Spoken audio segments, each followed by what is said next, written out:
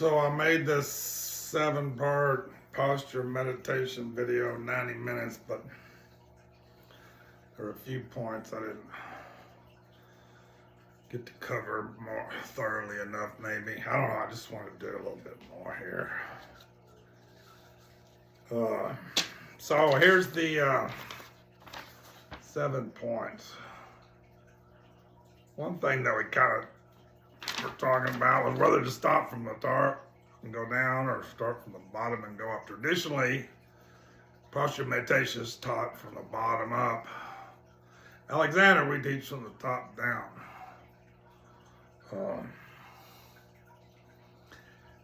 But for Alexander, the trickiest part, I think, in a certain way, is the seat, the hips. And for meditation, I think the trickiest part is this. Head and shoulders is the trickiest part in a way, so it's kind of interesting. And everything points to the heart. Everything points to the heart, so it's kind of 3 ways of working. Hands kind of open the heart. You got 3 ways of working, I don't know. Body, I don't know. Mind, I don't know. Heaven, earth, man. Heaven, earth, man. You know, usually start with heaven. But if your concern is really about plugging this thing into the earth, you can start with earth. But don't forget either one. You can do a lot with heaven, but better not forget earth. You can do a whole lot with earth, but better not forget heaven. Everything points to here, joining heaven and earth. I'll just kind of go through this. We did a pretty good job of the sit in a cross-legged position. We did a pretty good job. We did a pretty good job with hands. I don't know what else I'm going to say about spine straight at this particular point in time. Big topic. You know, use this little bow on your cushion. In Alexander, we just think. My neck releases to let my head ease up and forward, to let my whole back lengthen and widen. I know something I'm really, and I've known this, you know, it's a big point in Alexander, but doing it's another thing. But you really want to release you want to release your lower back that way. You want to release your whole back that way. You want to release it that way. It's maybe easier to release it that way. Maybe you have to do that first. But at some point, a really big move is when you release the back of your back that way. It's the whole thing.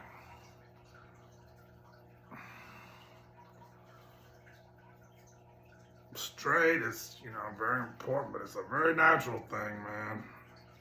You know, you're gonna overdo it trying to straighten up. That's not a terrible thing, but at some point, it's totally natural.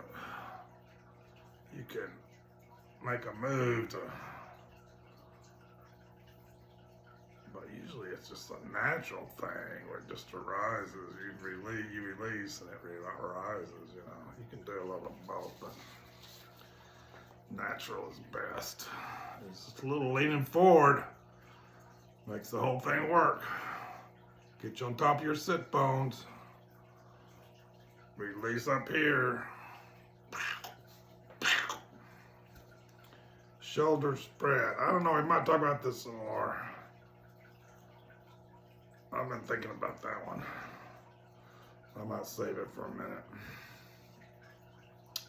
Head and neck erect. This is the, you know, whole thing about Alexander. I've done 1,500 written pages and I didn't write all of them. I wrote maybe 20%. I copied the rest. Mainly I'm talking about Alexander technique and mindfulness and meditation and Dzogchen and Shambhala teachings and whatnot, but a lot of it's about, but you just You just got to get lessons from an Alexander teacher, I'm thinking. 1, 2, 3 lessons, you're flying. 4 or 5 lessons, you're flying. Yeah, it's just, if you want more lessons, gravy. But you don't, you got the tools at that point to do it yourself. It's nice to touch in with a teacher once in a while, especially if you're a little on fire for it, but you're the man, you're the guru at that point. You don't know what to do. You can't be the guru. You don't have the skillful means. You don't have the tools to how to practice. We can say uplifted. We can say draw law above aggression. We can say heaven till the cows come home. But you don't have the tools. I don't think you're gonna. You get something, you know. Just think heaven and you get something. But really, really learn how to free yourself in this powerful way with some powerful, skillful means, and the wisdom is going to flow. Mouth open, that is so important. I don't know. So important. I could go on and on a lot about that, but the main point is we're just kind of tight lips, and it's tightening everything. Our whole head and shoulders is tightening, and where it starts essentially is with tight lips. So just having your mouth open just starts you going in the other direction. There's like 2 directions to go in. Either go toward tightening, cocooning, shutting down, freezing, becoming a piece of wood, or the other direction, which is a little scarier. It's a little, you gotta be brave. You gotta turn from a cocooner and toward the great eastern sun and just begin to go that way. You gotta flip the script a little. But the biggest part about flipping the script is discover yourself 1,027 more million times trying to freeze, and then so you gotta discover what the right direction is. You gotta devote yourself to. It's both, you know. Oh, it's so interesting. I'm frozen, but I can just let go. It's so interesting, and you're frozen, and you just let go. It's endless. Relaxed, natural gaze. I could go on and on about gazing. I'm not sure this is the time or the place. I'll just say a few points about the gazing here while we're at it. Gazing is the most powerful thing, you know. Just gaze with a partner, and you won't need any instruction. You'll get whatever there is to get. You'll get it. Gaze at the cloudless blue sky, or just the blue sky. Who cares about the clouds? Cloudless, this sky is unbelievable. Gaze at the night sky. These have no problems whatsoever. You know, gazing is going to rattle your cage like you can't believe. So you just gentle with yourself and gaze a little and see if I can handle my cage being rattled, you know. See if I have starting to have a taste for that. Or not, you know. I've done a lot of gazing, and to me the secret is do it as if you're not doing it. Do it as if it's nothing. Do it as if it's just the easiest thing ever. It was just to like shift the focus just that much toward the gazing focus or non-focus. You don't need to do a big production. You don't need to make a big deal of it. You don't need to put a big effort into it. The more it just seems like a throwaway deal, nothing to it.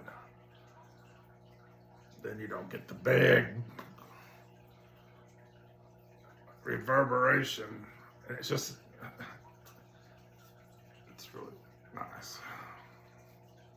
That's what I learned, man. I don't make a big deal out of gazing anymore. I just, if I think about it, it's like nothing. It's like there's nothing. I avoid any trouble that way. At the same time, I get a shot of emptiness, which is helpful. Let's see here. I don't know, I just had a couple of things I want to go around that I wanted to get wild. So resilience. I talked about resilience, and this is probably not the place to bang on about resilience, but I just want to understand this one point about resilience. The reason we freeze ourselves and kill all the resilience is so we can be in our head. If you are in resilience, there will be no thoughts going around your head for you to chase. It's incompatible. Being resilient means you're not having thoughts. Being frozen means you're full of thoughts. So it's very powerful to eventually learn about resilience, and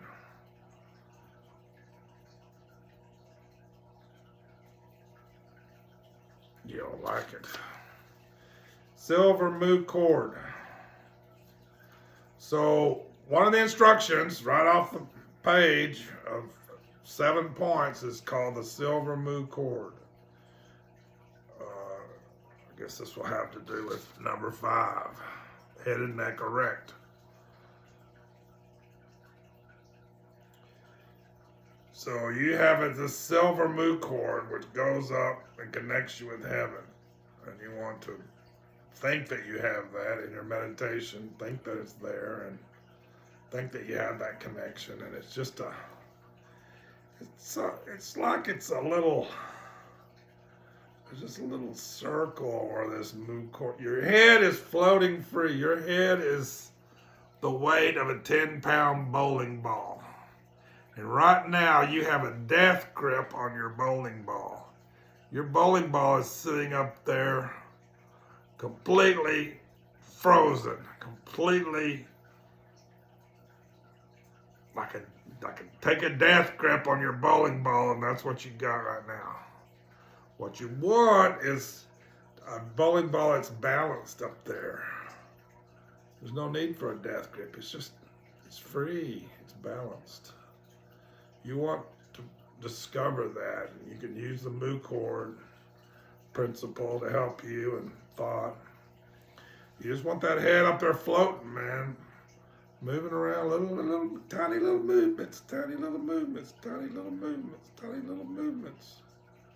You just want that head to float, float, float, float, float, move, move, move, move, move. You know, we teach this in Alexander, sort of. You'll learn it more than most Alexander people will learn it if you meditate and really, really, really tune into it. But that's what everybody in Alexander is trying to tune into it. If they don't, it's just because they don't meditate enough or whatever. But maybe they do, you know, but people that do a lot of Alexander, their heads float good, you know. They float good. They may not get rest their mind of the nature of their mind yet, but they're on their way. Next life, for sure. Let's see. Soaz release. Yeah, this is getting complicated. There's a book. It's called Soaz, P-S-O-A-S, Release Party. I recommend you get the book. I recommend you have a Soaz release party. I've got a video on my website. It's called Constructive Rest. In Alexander, we love constructive rest. Constructive rest is a Soaz release party. Same thing.